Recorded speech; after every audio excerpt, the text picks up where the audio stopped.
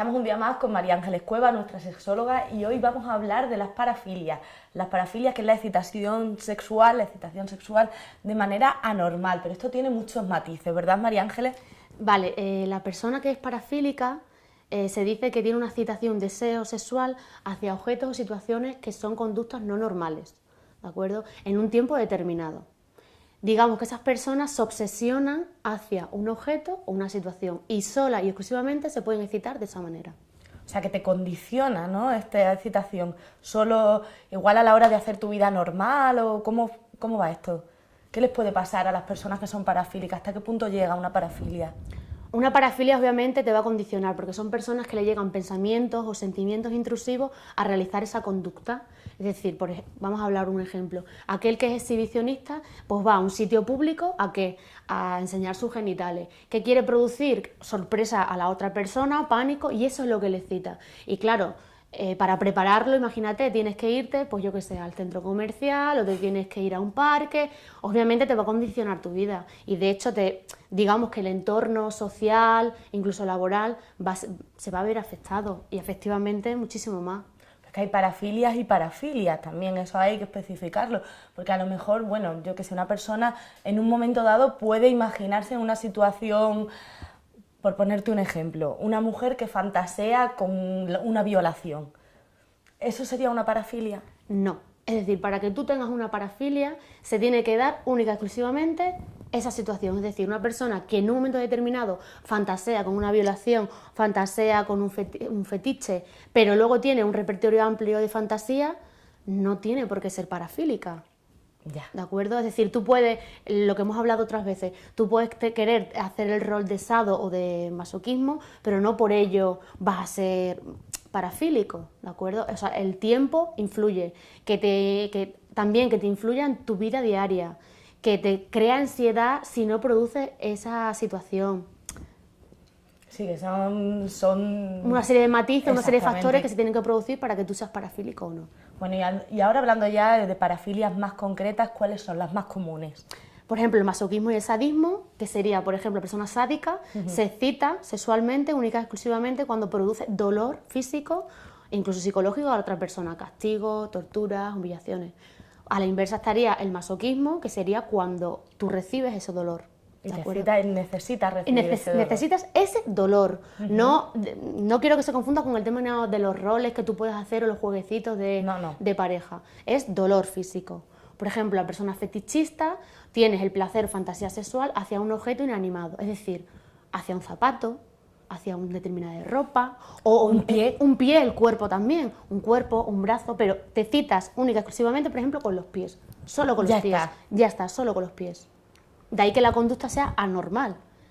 ¿Qué más casos? Podemos ser, por ejemplo, los zoofílicos. Esto ya es más, digamos que es más peliagudo. Estamos hablando ya de gente que se excita, practicando sexo con animales. Efectivamente. La necrofilia sería con cadáveres.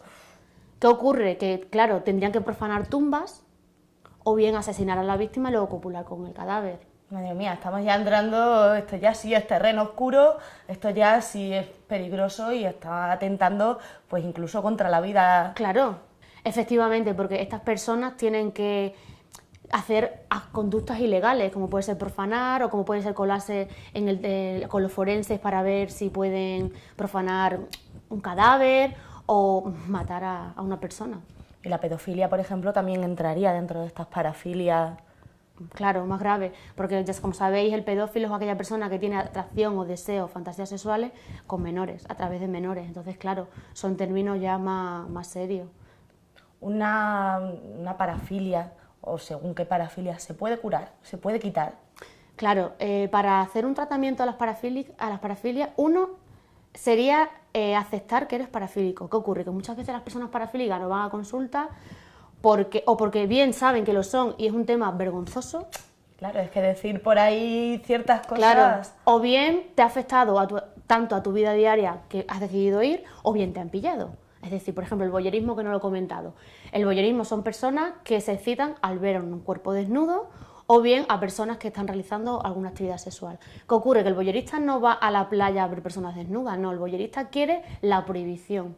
quiere ver a una persona desnuda o realizando un acto que no debería ver, efectivamente. Entonces esa persona va cuando o se le ha pillado o cuando su vida diaria ha sido consciente de que le está afectando. ¿Qué tienes que hacer tú como tratamiento? Averiguar qué es lo que dispara, esa es la palabra, el disparador que hace que tú tengas esa conducta. Es decir, es el estímulo que tú buscas o pensamiento o sentimiento hacia esa conducta, ¿qué es lo que le dispara? ¿Qué es lo que tú vas buscando? Y obviamente tú tienes que ir introduciendo poco a poco conductas más sexuales. Por ejemplo, la fantasía, a lo mejor tienes que introducir fantasía erótica, tienes que hablarle de educación sexual. Obviamente tiene cura, pero tienes que querer ser curado. Vale, entonces si por ejemplo, ya que has hablado del voyerismo, ¿cómo sería, imagínate una persona que se excita cuando otras personas le ven practicando el sexo? Eso sería morbo, es decir, a ti te da morbo ese escenario, esa situación. Depende de si única y exclusivamente te excita es de esa manera o si te excita casualmente estar en un coche y que te vean, o te excita irte a la playa. Eso es el morbo de la situación, como que te sube la libido, pero no tiene por qué ser una parafilia. Otra cosa que se me ocurre así por preguntar, por ejemplo, la gente que solo se excita cuando hay mucha gente, o sea, quiero decir, por ejemplo, en orgías, en intercambios de pareja, solo y exclusivamente de esa manera. No tendría tampoco que ser necesariamente una parafilia. Es decir, normalmente en las parafilias tú perjudicas a tu vida diaria, tú perjudicas a alguien. Es ahí cuando se tiene que diferenciarse entre un trastorno sexual o no. Vale, uy, es que me quedaba, ¿Sabes qué pasa? Que muchos profesionales sí lo ven como tal y yo no. Y es que cada día van surgiendo más parafilias. Claro. Es decir, yo te estoy hablando de las comunes y las registradas como parafilias como tal. Sí, pero que a lo mejor hay una persona que Sí. se excita con un iPod. Por ejemplo, el otro día viendo un documental veía con un chaval de, creo que era Estados Unidos, que se excitaba con globos. Única, exclusivamente con globos. Y le daba cariño al globo, abrazaba al globo y como que se mimaba con el globo y se masturbaba con un globo. Eso es algo nuevo. Le ha ocurrido a una persona, también hay que decirlo. Entonces Claro. es un caso, una Muy parafilia no específico. especificada, efectivamente, pero que hoy en día está saliendo cada vez más tipos de parafilias. Bueno, y me decías que para curarlo, lo mejor, para empezar, reconocerlo. Efectivamente. Saber qué eres y, por supuesto, acudir a un especialista, como eres tú. Efectivamente. Pues muchísimas gracias, María Ángeles, por informarnos de estos temas que son tan curiosos y que siempre aprendemos contigo. A vosotros.